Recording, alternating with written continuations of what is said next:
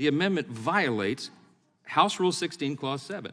Now, you can disagree with me, but you're not the chairman anymore. I'm sitting in the chair now. Reclaiming my time.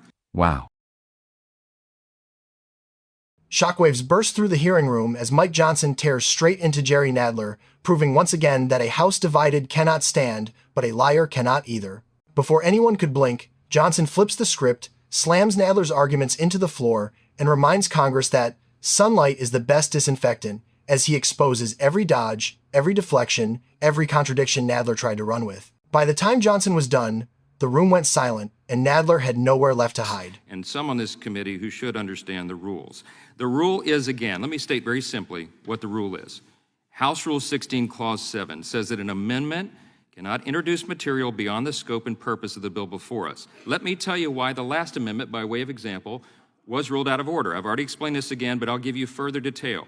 Ms. Scanlon's amendment says on page 2, strike all that follows in the underlying bill after the resolving clause and insert the following, that Congress acknowledges the United States Capitol attack on January 6, 2021. The underlying bill says something very different. It says, be it resolved that Congress recognizes and appreciates the dedication and devotion demonstrated by the men and women of local law enforcement who keep our communities safe, and 2, condemns calls to defund, disband, and dismantle or abolish the police. The reason, everybody watching at home, the reason that they're so anxious to change the language of the underlying legislation is because of the last sentence that I just read you, that last clause, because this resolution condemns calls to defund, disband, dismantle, or abolish the police. They're all on record, including the ranking member who just clutched his pearls and told me that I was out of order here. Would the gentleman he is on record saying that he wanted to defund the police. I'm not going to yield. You guys have talked enough. And you've all accused us of abusing the rules. This amendment, just like the ones before it, is a blatant violation of House Rule 16, Clause 7. It is not germane because it wants to talk about January 6th, and it wants to get rid of the condemnation of the call to defund police, which was their mantra here until just recently. Would the gentleman... Because now we've seen the results. Mr. Chairman, will you yield to a question? The chair does not yield. I will yield if you have an amendment. No, I'm not going to yield to a question. No. You've talked enough, Mr. Cicilline. You don't get to decide that, Mr. Chairman. You don't get to decide who talked enough. It's my time, and I'm not yielding. Okay, then I just want to tell you, the hypocrisy here, we've been in contact with a former parliamentarian of the House who's been watching these proceedings on TV, and he says every single amendment was in order because striking a clause in the preamble is per se germane, neither adds nor subtracts, and police, by definition, means all police, and that includes the January 6th police, it includes anything else. So I just want to tell you that's just another confirmation of your hypocrisy. The amendment does not satisfy the subject matter and fundamental purpose test. Before you balk, wait, let me explain. Because you cut out the second resolution clause, the important sentence about defunding police that the sponsor of the legislation just said was central to his, this is not a whereas clause, it's the resolution. You're changing the scope of the legislation by striking that out. Mr. Chairman, you can always limit the scope of a bill by an amendment. You can always limit it. That doesn't go to its... It changes the purpose of the gentleman's bill. There's no such thing that says you can't change the purpose. That's a matter of opinion and should be voted on. You don't get to decide what the purpose of the underlying resolution is and whether it's changed. Mr. Chairman, since when do we have argument while the chair is making a ruling? The chair started being so absurd. Oh, wait a minute. Hold on. Wait a minute, Mr. Ranking Member. I sat under lots of absurd decisions from you. All right. Let me read you Section 7 under House Rule 16. It's Clause 7, fundamental purpose. Another test used by the chair in determining germaneness is one in which the fundamental purpose of the bill is compared with the fundamental purpose of the amendment. See Manual Section 933. If the purpose or objective of an amendment is unrelated to that of the bill in which it is offered, the amendment may be... Let me finish. That's 8 Canon Section 2911. The test is particularly applicable to an amendment in the nature of substitute. Okay. If the purpose... Well, it gives lots of examples. All right, let me say this. The parliamentarian who's watching on television, who is, I'm sure, a Democrat parliamentarian or would not have had Mr. Nadler's cell number, let me tell you that this does, in the view of this chair and this parliamentarian, expand or change the purpose of the bill before us. And so Our interpretation of House Rule 16, Clause 7, is that it is not germane. Now, the other side is going to disagree, but that's the beauty of our system. The majority party is in the chair, makes decisions, it's appealable, it's subject to table. We've gone through that process here. This is the way this works, and always has. And there are thousands of examples of this. Thank you. Chair recognizes Ms. Tlaib from Michigan. Thank you so much, Mr. Chairman. I think it's really important. I mean, we're talking about, 700,000 people that live here, and I feel like their voice gets completely just dismissed.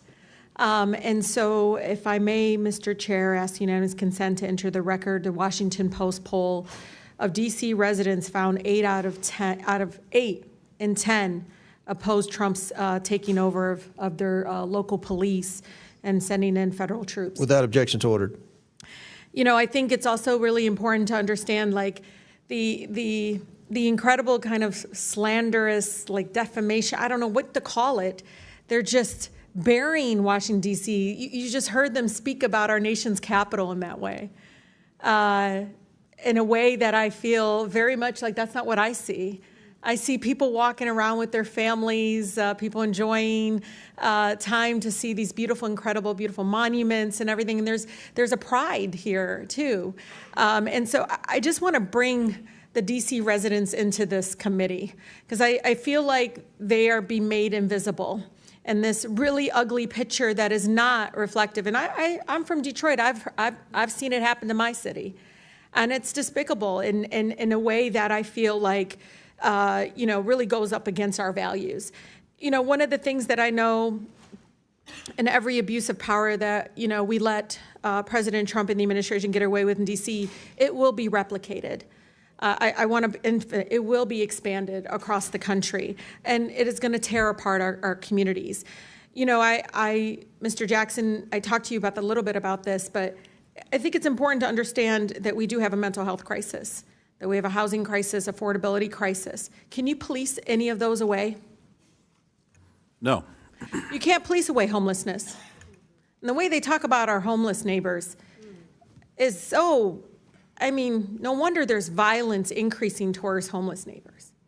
I see it already, the brutality of it. When we see housing costs go up, when we see, again, the lack or dismissiveness of the mental health crisis that we continue to grow. And it's not just this administration, and the previous administrations as well. No one has moved with the urgency that is needed. Just last week, the committee approved over a dozen bills regarding Washington, D.C. And, I'm just curious. Criminalize children. My colleague from Boston talked about this. It basically interfered with legislation already passed by the local government. Was anyone on this panel consulted? Any of you? Raise your hand if you were consulted on any of these bills. Yeah. We were not. One of the things that, AG, I've been listening to you. One of the bills actually eliminates your position completely.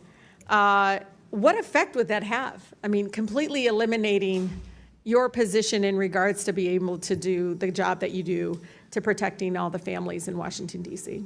We'll start with the fact that more than 70% of the residents of the District of Columbia overwhelmingly voted for having an independent elected attorney general. That's right. And that's a recognition of the fact that when an attorney general is directly accountable to the people, directly responsive to the people, we are much better at doing our job in terms of addressing housing affordability and conditions in slumlords, seniors and consumers who are being scammed, addressing the issues that are most important to D.C. residents, because I am accountable to them. I read wage theft is an issue, workplace discrimination. There's a number of issues that need to be addressed, and they're not going to address that. They want to paint you all. Walking into that hearing today felt like stepping into a storm, but Mike Johnson made it crystal clear that storms don't scare leaders, they reveal them. Jerry Nadler tried to regain control of the room the moment Johnson pressed his mic, but the political proverb says it best. When the truth marches in, excuses run for the exit. Johnson started by drilling down on the exact issue Nadler hoped no one would touch. He laid out the facts, timeline, and contradictions with precision. From my seat, the tension felt like a wire pulled tight. Nadler kept interrupting, trying to misdirect, but Johnson shot right back, reminding him that no chairman, especially a former one, gets to hide behind procedure when accountability is on the line. Then Johnson fired the line that froze the entire room. "You're not the chairman anymore, Jerry. And that means you don't get to bully your way out of answering questions." The reaction around the committee was instant, a ripple of shock, a few stunned faces, and Nadler staring down at his papers, suddenly, without a path forward. Johnson kept going, citing documents, testimony, and committee history. Every time Nadler tried to pivot, Johnson dragged him right back with another political proverb. "He who hides the truth brands himself with it." It hit harder than anything else said that morning. At one point, Nadler tried to lecture Johnson about norms, but Johnson shut it down with perfect timing. "You don't get to talk about norms after breaking every single one when it suited your agenda." The room erupted, quiet gasps, shifting chairs, even a smirk or two from members who didn't expect such direct fire. By the final minute, Johnson wasn't just winning the exchange, he was rewriting the whole hearing. Nadler had no counter, no comeback, nothing left except the reality that authority doesn't equal accuracy, and seniority doesn't equal honesty. The proverb says, "The louder the protest, the weaker the position." And today, Johnson proved it. Nadler protested loud, and Johnson exposed just how weak that position really was.